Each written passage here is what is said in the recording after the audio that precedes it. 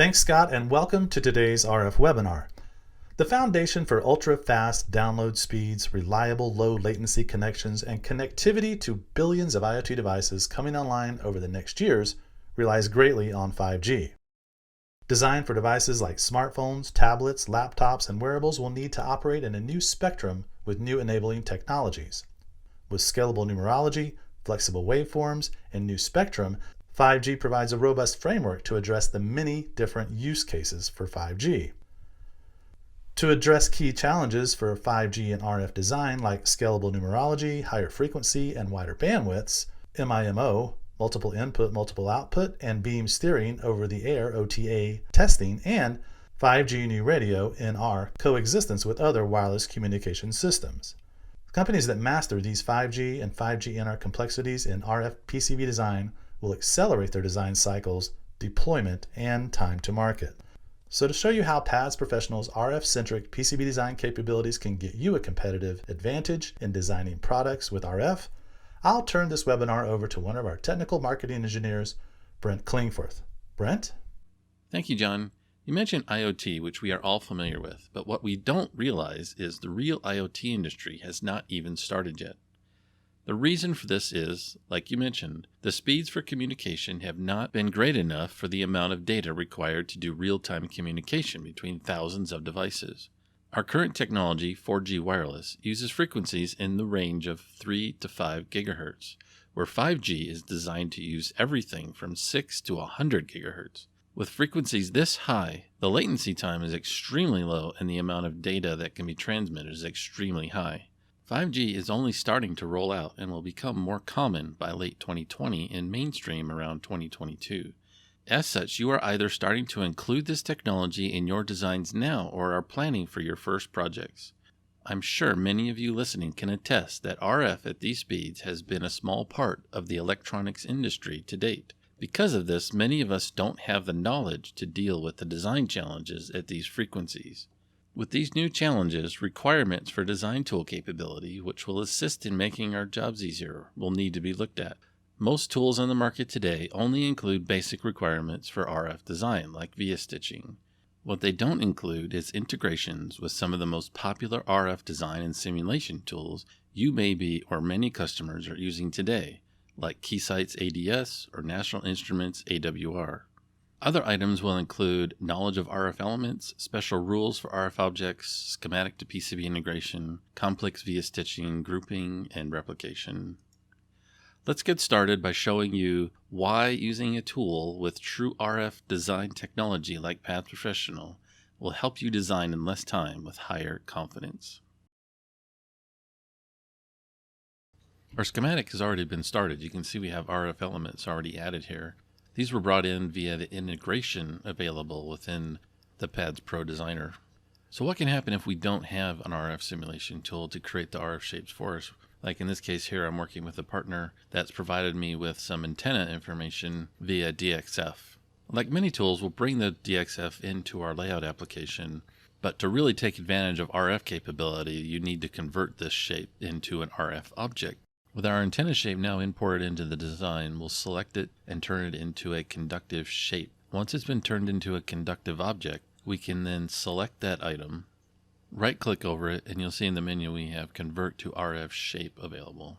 By selecting this, it converts this conductive area into a true RF object, which we can assign special properties to in the Layout tool. Adding further intelligence to this part, if we go to the Component Explorer, we can see how we have RF elements in this tree. Well, this new object we just created now shows up. If we put that into its own group, we'll be able to do a special thing where we create a symbol for our schematic directly from this RF shape. Before we try to make a symbol for this, we need to add what would be called a pin on a normal component to this RF shape so that we can attach a net to it. So we do this by adding what's called an RF node. You can simply select the shape, right-click over it, and then using a snap feature in the tool, I'm going to place that node directly on the end of the trace on the opposite side of the antennas. We're now ready to turn this into a symbol. So when we right-click over that RF group we made, we can choose Generate Library Symbol. This will give us a dialog box where we can then choose a local or library symbol. In this case, I'm going to make this a library part because I want to reuse it over again. All right, if we jump back over to our schematic now, we can search our library and find that new symbol that we created for that antenna. For this design, I need 4 of these patch antennas that will be used for receiving a signal. To simplify my design process, I'm going to go ahead and draw a net on it and label it. Once I've added the net and the net name, we'll go ahead and copy this and we'll add 3 more into the design. After which, we'll go and select each one of those nets, and using our properties window to assist with net naming, we can search a list of all the nets currently in the design to ensure that I don't make a mistake in naming that net. So we'll go ahead and do that for RX2, RX3, and RX4. Alright, I'd just like to reiterate at this point that these RF elements could have been brought in via simulation, via the Keysight ADS tool or National Instruments AWR tool, and we can bring in elements or pass elements back to their schematic environment and PCB environment with this integration. Just like we have grouping available in the PCB tool, we can also group RF elements from the schematic side. So if for some reason we don't end up being the person doing the layout, we can at least provide our intent to the layout designer. This is also used when working with third-party simulation tools to group elements together that need to be connected and simulated. And that information, again, will pass from the simulation tool into PADSPro Designer as well. Going back over to PADSPro, we can go to the Component Explorer, and we can see that new RF group has been added to our design. We can now drag that RF group onto the PCB in the location where those antennas are going to be placed, and then just like placing components, we can pull elements out of that placing group. Before I continue the placement, I want to set some special design rules for this antenna shape. So to do this, I can go to the RF menu, Group Clearances, and I can set up special clearances between RF shape traces, vias, pads, and conductive shapes, as well as solder mask information. With some basic rules set up, we'll go ahead and finish the placement of the last 3 patch antennas, and we can use some of those design rule outlines that we've placed as a guide and how close each one of those antenna arrays can be placed next to each other. Plus, you'll notice using the alignment feature in PADS Professional, the additional 3 antennas will automatically line up on the x-axis. To assist with placing them precisely on the y-axis, we can use the Properties dialog box and enter a y dimension. We're now ready to start adding traces to connect the RF antennas to the power amplifier. To do this, PADS Professional has a special feature called Meander that provides specific technology for RF design. When we select Meander for routing, a property dialog box appears, giving us options to set. At the top, we can choose the group rules that we want to use. Mode allows us to set if we're routing straight segments or if we're going to add a serpentine pattern. We can do snap angle, we can set strip line or microstrip. We can give the meander a name because it's thought of as a special object and can be added to a group. We'll show that here shortly. And then we can also set the trace width that's going to be used. To assist what the trace width needs to be for our RF net, we can use our Constraint Editor system. CES is the design rule environment for PADS Professional. This is where you define all of your clearances and high-speed design rules. In addition, it includes a stack-up editor that you can use to help calculate trace width for single-edited differential pairs. In this case, we want to determine what trace width is needed for a 50 ohm RF net. A couple things to point out that's special to RF design, since we're operating at such a high frequency, is surface roughness of copper. Here on the metal tab, you can see we can choose for using electroplating or rolled copper, and you can see the surface roughness information has been set. Now that we know what the trace width needs to be, we can set the value in the Meander Properties dialog box. From there, we can start routing, so we can click on the end node off the antenna and then guide the trace over to the output point from the power amplifier. An interesting little feature here is I can get my cursor near that pin and I can see 2 little parallel lines icon pop up on the screen. That lets me know that my cursor is currently in parallel, or it's snapped in parallel with that pin. So when I guide the trace across, I know where to click and then go straight into the pin. To speed things along, instead of routing the other 2, I'm going to use the copy feature. So I'll select each one of these, copy them, mirror them vertically, and then place into position. This design requires stitching vias to be placed around our RF traces outside of the antenna area. To assist, PADSPro provides automation for placing vias based on rules that we set in the Add Via dialog box. To add the vias, we simply select one or more traces, open up the Add Via dialog box, click on the Trace Contour tab, set the appropriate parameters, and apply. If need be, we can add single stitching vias. By using the Add Via dialog box, just choose the Interactive tab. One of the added benefits of using the RF capability in PADSPro is that it automatically groups objects that makes them easier to move later on.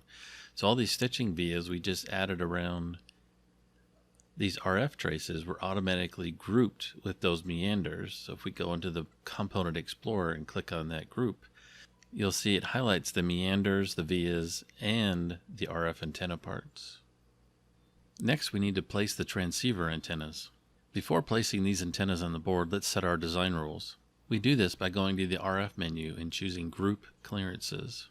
From the Group Clearances dialog box, we can see all of the RF groups that currently exist in this design. We can choose any one of them and set their clearance rules. For this example, we need to choose P1 and P2 and set the appropriate RF shape pad rule. With our design rules set, we can now go ahead and place the P1 group. Instead of doing each one of these elements individually, I can choose Auto Arrange from the right-click menu. This will auto-place all of the RF segments into the right shape per their connections.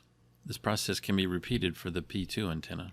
You'll notice if I click on a piece of the antenna structure, it picks one element. By using the Component Explorer, you'll see it selects the entire group, and now I can pick that up and move it around and place it back down again. Looks like the RF engineer may have overestimated the length of the segment leading into the antenna. So by opening up the RF Parameters and Properties dialog box, I have the power and capability to shorten these segments, replace them, and then back annotate the information onto the schematic, and I can also synchronize with the RF engineer. After changing the leg length for P1, just like it did with P2, the end node is no longer attached to its main structure. Rather than moving it back manually, I can just go over to the Component Explorer, right-click over P1, choose Auto Arrange. This will re-auto place the entire antenna structure so that I can now place it back into its appropriate location. Since we made this change on the layout side, we need to synchronize back to the schematic. So we'll go ahead and perform an integration, go back and look at the schematic, and see that the segments that we changed in our layout, the length values have been updated on the schematic page. Now that we have the transceiver antennas placed, we can go ahead and route from the RF chip down to the inputs of the antennas. To start routing, we'll go ahead and hit the Add Meander button again on the toolbar. This will open up the Meander Properties dialog box where we can set parameters like trace, corner type, radius for corner type. In this case, we're just going to go ahead and use the corner type of free radius. This will let the tool determine the angle, or we can determine the size of the radius as we're routing. Next, I'll show a second method of routing RF trace segments. This one uses a pre-configured setup, so no interactive options will be available, which is nice if we have standards that we want to share from design to design. After routing, using the RF Parameters and Properties dialog box, we can make adjustments to traces that have been routed. In this case here, we have a 90-degree corner that we can adjust the radius on. If I choose to, I could also adjust the trace width. If for some reason a routed trace segment was not the correct length, we don't have to unroute it. We can just modify it on the fly. Like before, these transceiver signals also need stitching vias to be placed around the routed trace segments inside the ground plane area. We'll go ahead and select both the transceiver traces, open the Add Via dialog box. All the settings from the previous stitching have been preserved, so we can just go ahead and hit Apply.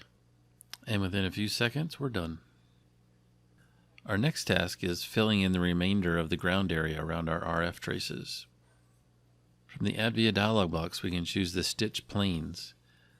This provides us to set the rules that will be used to fill in a plane area, like what net the via will be attached to, what via we're going to be using, how close the vias will be to each other, how close they will be to the edge of the plane area that we'll be filling. Do we want a stagger pattern or not? Do we want a random placement of vias as well? Once all these parameters have been set, I can go ahead and choose a plane area and have it stitch, or I can save this configuration and assign it to a plane area I either create or one that's already been created. To use this via setup that we just created, I'm going to go ahead and define a plane area around the receiver RF traces that we created a little bit earlier, and then use automation to fill in the areas that don't have vias currently between the traces. From the Planes menu, we'll choose Create Plane Shape. Draw our plane shape in, assign the stitching via configuration that we saved, and then we can right-click over the plane area and choose Generate Stitching Vias. A second via stitching scheme has been created with a larger spacing. This will be used for the ground plane area around the antennas, as they don't need to be placed as close together as they did around the traces or within the receiver trace area. Turning on the automatic plane fill area, we can now see what the finished product looks like. This function was already set in this design, but we do have full capability to control how thermals are attaching to surface mount components, plane areas, and through-hole components. The last item I wanted to cover is if we need to add cavities into a PCB, which can be required for RF design. An example of where a cavity might be used is if the PCB was too thick for a particular antenna to function properly that you'd had to use in your design. So to start, let's look at this in a 3D view as well as a 2D view. To draw the cavity, we'll go to the Draw menu, choose Cavity. From the dialog box that appears, we can choose the layers that the cavity will start and end on. And then I simply draw a shape. I'm going to do a simple rectangle around our transceiver patch antenna sections on the bottom side of the board. So from layer 8 to layer 6. Notice when it's drawn in 3D view, we see the cavity appear. If I go ahead and round the edges on the shape, you'll also see those instantaneously appear, giving us a perspective of what our cavity will look like in the end.